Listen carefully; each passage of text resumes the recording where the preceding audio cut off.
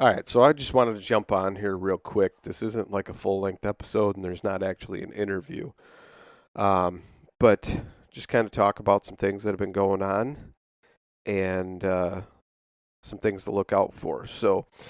There wasn't an episode last week, and I do apologize for that. I was in Lake Fork, Texas, fishing a fishing tournament. Never done that before. Pretty cool and exciting. Learned a lot of things. Some of the things I learned there, I've never actually drop shotted for bass before. And turns out any of the big fish that were actually caught in that tournament were actually caught by drop shotting. It's pretty interesting. I mean, I've never caught a deep water bass like that. And when I say deep water, I mean um, like 20, 25 feet, which is, fairly deep for a bass fisherman. So that was kind of something new that I'd never experienced before. And the temps were kind of higher, and the water was pretty warm, so these fish were staying cooler and going a lot deeper than you'd normally fish.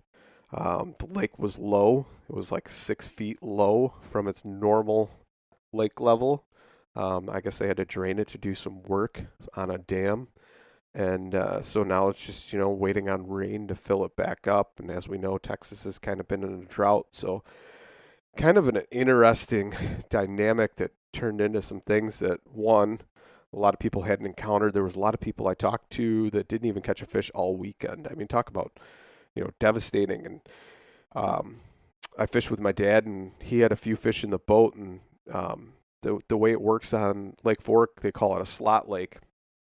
So in order to preserve the species and actually have a healthy trophy population of fish on this lake, you're not allowed to keep anything over 16 inches or under 24 inches. So that means anything 15 and a half, 15 and three quarters, something like that, you're able to keep that fish if you were actually going to keep it. I mean, most fishermen, most anglers actually don't keep a largemouth bass, but if they wanted to, they could keep one as long as it was under 16 inches. And also, if it was over 24 inches, which most people, if they're catching a fish that big, they're definitely going to release it and get a replica made these days, with taking pictures and measurements and things like that. You can have a replica of that fish made, and it looks almost identical to the actual thing you caught, which is pretty cool. But so it's a slot lake. So anything that falls in that slot, you can't weigh it in because it doesn't fall within the regulations of that lake. So my dad caught a couple fish, and so anything under 16 inches that you catch, you can weigh it in. And a lot of people were weighing in small fish. In fact, there wasn't actually even that many big fish over 24 inches that were checked in. I think the fish that won the tournament at the time was actually like a 10-pound, 3 ounce over 24-inch largemouth, which, I mean, that's an amazing fish. But for a tournament, especially on a lake like Lake Fork, that's not actually that big of a fish. So it kind of goes and, it shows testament of how tough the conditions actually were. But needless to say, that fish was actually caught on a drop shot rig. So it goes to show you that sometimes learning some techniques that you normally wouldn't apply end up going towards that. So we were fishing mostly, with Texas rigged worms, and I'm not talking like little worms either. These are big, 12-inch long worms. Typically not anything. And what's crazy is those fish that were, 2-pound fish that were under 16 inches were smacking them. But we were doing that technique, and now you're using, like a 3/4 inch, cone sinker on your line for the Texas rig. And so my dad caught two fish the first day. They were all in the slot. I think he caught one that was like 18 inches or something like that. And it was actually probably like a, 3.5, 4 pound fish. But nonetheless, you can't weigh it. So it was a useless fish in the tournament sense.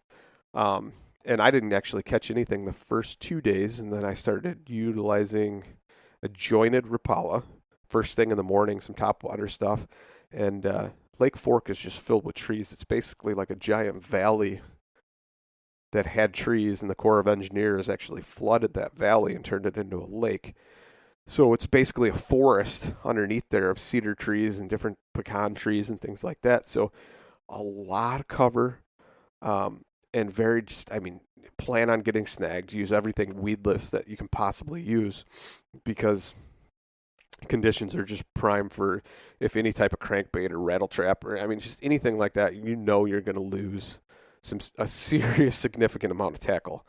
But so caught actually Sunday, last day of the tournament, ended up catching one that was, I believe, 17 inches or something like that, so just over the slot, and probably like a 2.5 pound fish, which that would have taken anything that was like under 16 inches and around 2.5 pounds. If it's a t-shirt hour, which was like a bonus thing, it doubles your money. You would have walked away with $5,000. So I mean, it's pretty discouraging, but that was the first fish in 3 days that I caught, which was kind of cool, but it's still at the same time pretty disheartening. And then later on in the afternoon, I switched over to a Carolina rig with a 3/4 ounce sinker on that Carolina rig, and just working it on the bottom super slow and just giving it a little flick, a snap, almost to the point where like I had a hard time paying attention to what I was doing because I was taking so long to do it. And that's the finesse that it took to land another fish. And I ended up getting one 16 and like 1/4 inches, another 2 pound fish. So just over again, right in that slot to where it couldn't be weighed. And a lot of people were having that. Like if they did catch a fish, it was in that slot. So I mean, tough fishing conditions, and learned a lot. And I still didn't drop shot that entire tournament. And then once I found that out, I was like, man, that's definitely a technique I need to try. So that's one of the things I think I'm going to start working on. It's just even around here by me.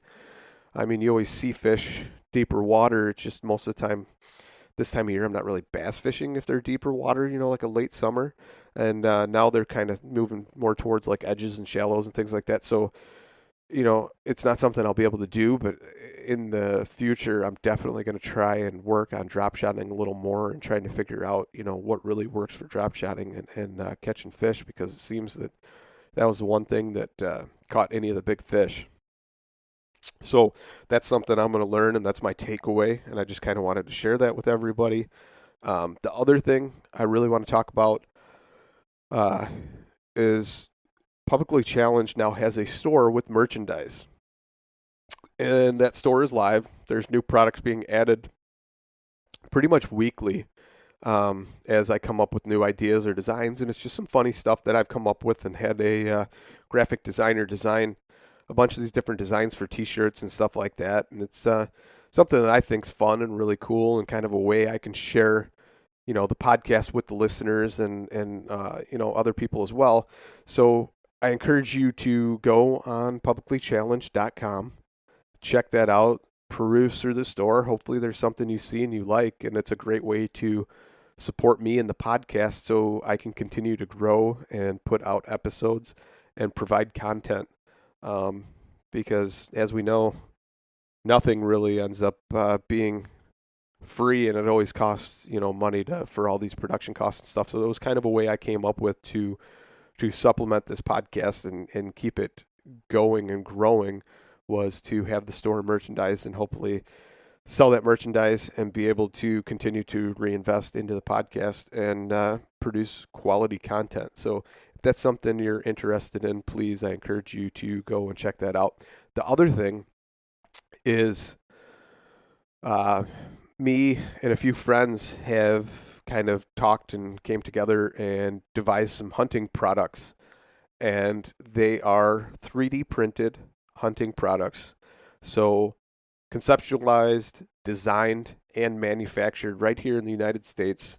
And I think they're pretty cool. I mean, maybe that's just me and my bias, but I wanted a way that I could hang my sticks on my pack. I hunt with a full frame pack, and be able to either one, leave the sticks on the pack like that and walk into the woods, or be able to take them off and hang them on my pack, and as I climb, just reach back and pull them off. So, two things. One, saddle hunting platform that everybody that listens to this podcast knows that I saddle hunt now. But Saddle Platforms devised and developed a clip for the Predator XL platform, the Predator platform, and I believe it works on the Cruiser. I have to test that for sure, but I have checked over specs and it should clamp onto there, and it also will go on a trophy line platform as well. And it's a clip that basically you undo two bolts, and it's two halves. You put the two halves on your platform, and you put the bolts back in, and it uses clamping force, and it holds itself onto the platform. And then now you have a clip on that platform that stays on the platform rather than hanging it on your saddle and having a clip on your saddle or something like that. You're able to put it on your pack. And now that you have that on your pack, you can have it in a position to where when you climb the tree, you don't have to reach back. You don't have to finagle with anything. It's basically like a clip that would be on like a pen or something like that, but sturdy and robust enough to where it can stay on there and be able to be utilized however you see it fit, whether it's molly webbing, a strap on your pack, a kidney belt, waist belt. You can actually put it in your saddle if you wanted to on any of your molly loops or straps or anything like that. And it's secure enough so you can climb and jostle it around and you won't lose it. But you can utilize it, get up in the tree, grab it, and it's right there when you need it. And the same thing with your sticks. And I've tested it last season, and it worked rather well. And I'm going to continue to use it this season. And as I use it, I will be taking more pictures of it and getting it out there to you. So hopefully you can see it. And if you don't saddle hunt or use climbing sticks, tell a friend. Let them know that this product's out there and that it's a cool product and it works. And if you're interested in it, go on the website publiclychallenged.com and check it out for yourself. And that's it for today's episode. Just wanted to get those few things out there so people could, one, maybe learn from it, or two, support the podcast and maybe pick up some hunting gear that you can definitely utilize. So thanks for tuning in and listening.